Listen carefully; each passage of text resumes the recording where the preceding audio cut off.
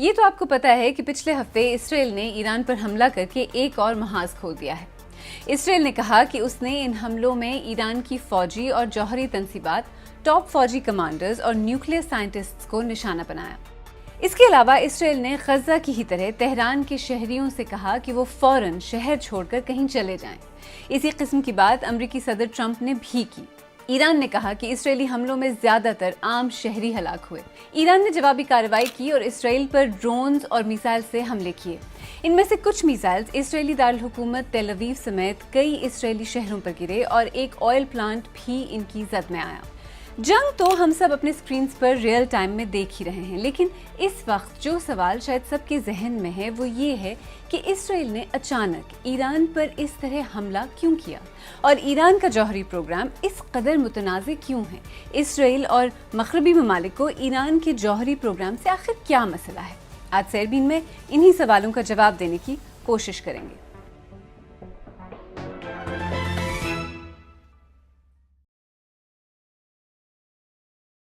ویسے کیا آپ کو پتا ہے کہ ایران میں ایٹمی پروگرام کا آغاز کس ملک کی مدد سے ہوا تھا؟ امریکہ کی مدد سے۔ 1957 میں امریکی صدر آئزن ہاور کے دور میں شروع کیے گئے اس پروگرام کا نام ایٹمز فار پیس رکھا گیا۔ 1970 تک یہ پروگرام چلتا رہا، لیکن 1979 کے اسلامی انقلاب کے بعد یہ ایٹمز فار پیس پارٹنرشپ ختم ہو گئی۔ ایران نے ہمیشہ کہا ہے کہ اس کا جوہری پروگرام پرامن ہے اور اس نے کبھی نیوکلیئر ہتھیار بنانے کی کوشش نہیں کی ہے۔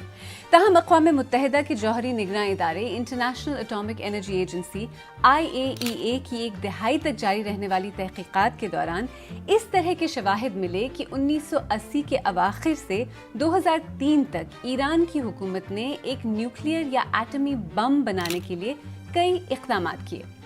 ویسے ایران کے ایٹمی پروگرام کا ایک پاکستان کنیکشن بھی رہا ہے۔ نتانز میں ایرانی سینٹریفیوج پروگرام کا قیام کافی حد تک ان ڈیٹیلز اور مٹیریلز کی بنیاد پر کیا گیا جو ابتدائی طور پر Pakistani nuclear scientist AQ Khan نے ایران کو سپلائی کیے تھے۔ خیر 2015 میں ایران نے 6 بڑے ممالک کے ساتھ ایک نیوکلیئر ڈیل سائن کی، جس کے تحت نیوکلیئر ایکٹیویٹیز پر ریسٹرکشنز اور IAEA کی طرف سے مانیٹرنگ کے بدلے سینکشنز کو ختم کیا گیا۔ لیکن صدر ٹرمپ نے 2018 میں اپنی پہلی ٹرم کے دوران امریکہ کو اس ڈیل سے الگ کر دیا اور امریکی سینکشنز بحال کیے۔ ماہرین کہتے ہیں کہ ٹرمپ کے اس فیصلے کو خطے میں امریکہ کے اتحادیوں موسٹلی اسرائیل نے کافی حد تک انفلوئنس کیا۔ جواب میں ایران نے انرچمنٹ کے بارے میں پابندیوں کی خلاف ورزی کی۔ پچھلے ہفتے یعنی 12 جون کو IAEA نے 20 سال میں پہلی بار باضابطہ طور پر یہ کہا کہ ایران نان پرولیفریشن کی اپنی آبلیگیشنز کی خلاف ورزی کر رہا ہے۔ تو ایران کا جوہری پروگرام اتنا متنازع کیوں ہے؟ اس کے باوجود کہ ایران بار بار یہ کہہ چکا ہے کہ وہ ایٹم بم نہیں بنانا چاہتا اور یہ پرامن مقاصد کے لیے ہے۔ سید محمد علی جوہری امور کے ماہر ہیں اور ایران کے جوہری پروگرام پر بہت تحقیق کر چکے ہیں۔ جو IAEA میں بحث ہے وہ بہت عرصے سے یہ رہی ہے کہ ایران علمبردار رہا ہے کہ مڈل ایسٹ کو نیوکلیئر ویپن فری زون بنایا جائے، یعنی کہ پورے مشرق وسطیٰ میں کوئی ایٹمی ہتھیار رکھنے والی ریاست نہ ہو اور اس کے اوپر سارے سائن کریں۔ دوسری چیز، اس نے اپنے ساتھ ہی ساتھ میزائل پروگرام کو بہت ترقی دی ہے، خصوصاً کروز میزائل، لیکن جو بیلسٹک میزائل ہیں ان کا میڈیا پہ تو افیکٹ ہوتا ہے، سائیکولوجیکل افیکٹ ہوتا ہے، لیکن جب تک کہ وہ ان کے ساتھ WMD وار ہیڈ نہ ہو تو اس کے بغیر اس کی کوئی خاص صلاحیت یا کارکردگی ہوتی نہیں ہے۔ تو اس لیے مغرب میں خاص طور پہ اور اسرائیل میں بھی یہ تشویش پائی جاتی ہے کہ جتنے بڑے پیمانے پہ انہوں نے اپنا میزل، خصوصاً بیلسٹک میزل پروگرام بنایا ہے، وہ اس کے بغیر ایٹمی ہتھیار جو ہے بنانا جو ہے وہ کافی نہیں ہے، کیونکہ آپ نے ایٹمی ہتھیار کو کسی ذریعے سے ایک ٹارگٹ تک پہنچانے کی صلاحیت بھی تو حاصل کرنی ہے۔ IAEA کے بیان کے ٹھیک ایک دن بعد یعنی 13 جون کو اسرائیل نے ایران پر اپنے حملوں کا آغاز کیا۔